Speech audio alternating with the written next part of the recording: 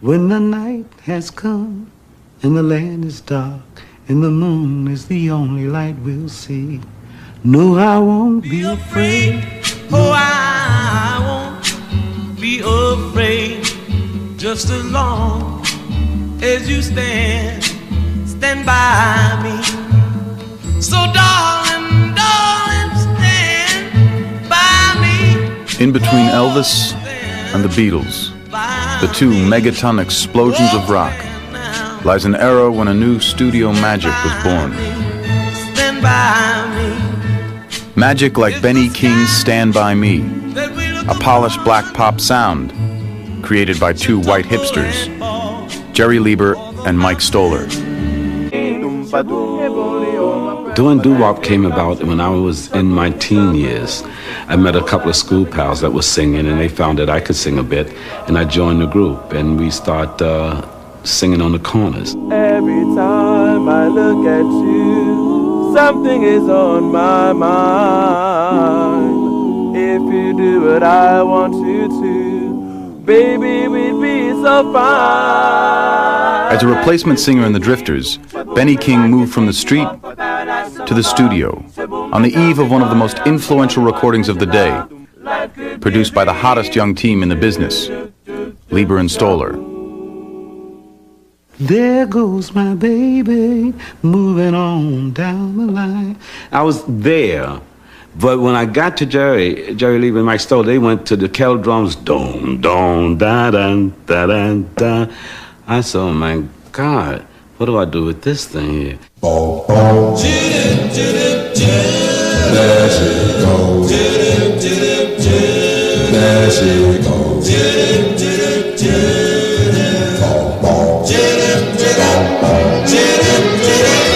They said, okay, it's a 4-bar intro. And I didn't know nothing about counting bars. And they showed me, so it says count 1, 2, 3, 4. So they taught me how to count bars, and this is a 4-bar intro, and then start singing.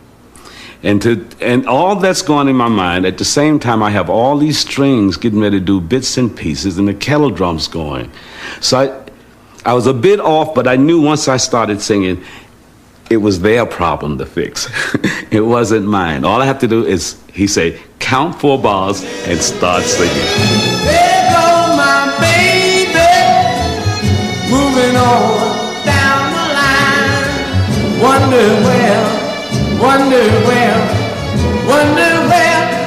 she is bound. They aspired to dare to put strings on and orchestral percussion. I mean, this was unheard of. If you didn't have drums and honking horns and a saxophone, doo-wah, doo-wah, doo-wah, doo-wah, what kind of record were you making? There goes my baby. Well, it evolved during the rehearsals. I came up with this line, which sounds like Borodin or Rimsky-Korsakov, because it felt good.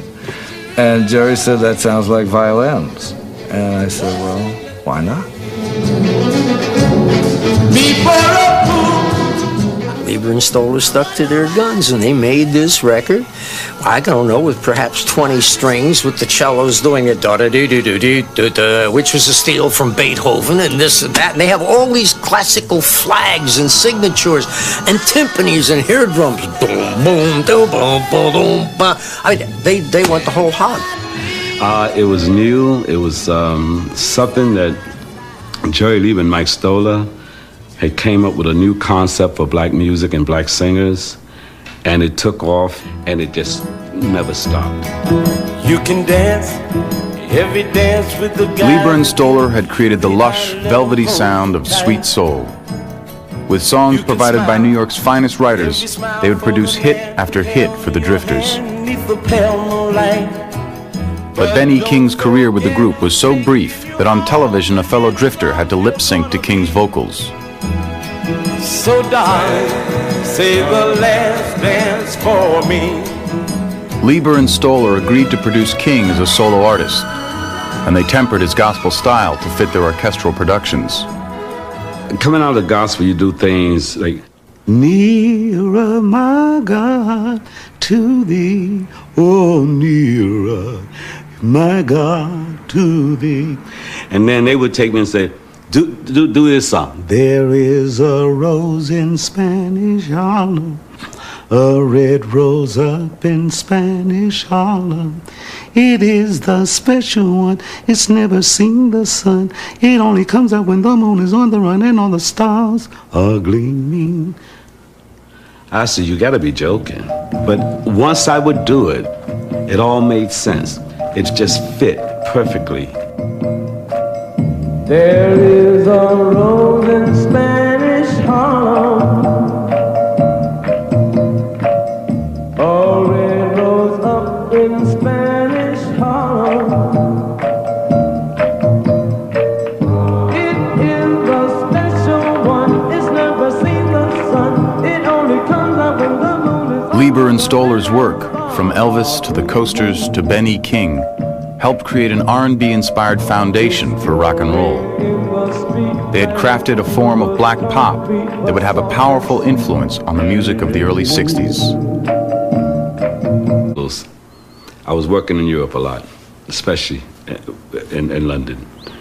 And I got a chance to meet them as kids quite a few times. They would come to the concerts. And I knew their manager, Brian. And he was telling me about, I would love to get these kids to the States and da-da-da-da-da. So I said, great. And I didn't think at that time they would even be successful when they came to the States. But when I got home and I started hearing all this stuff about the Beatles are coming, the Beatles are coming. And I said, I think I've met these kids. The Beatles are coming, the Beatles are coming. I said, I've met these kids. And when I saw them on the plane, I said, those are the same kids that was at all the concerts. There was a bit of jealousy because we were cut off at a time we was just getting ready to become stronger than strong ourselves. I mean, the song, all the signs were there that the music that was being created right here at home was going to be tremendously big. And then all of a sudden, these kids came along and stopped all that. And it was a strong pill to swallow. I think the only one that survived out of that thing was someone like James Brown, because he was so far to the left of what they were doing, it didn't affect him. You got your highest sneakers on,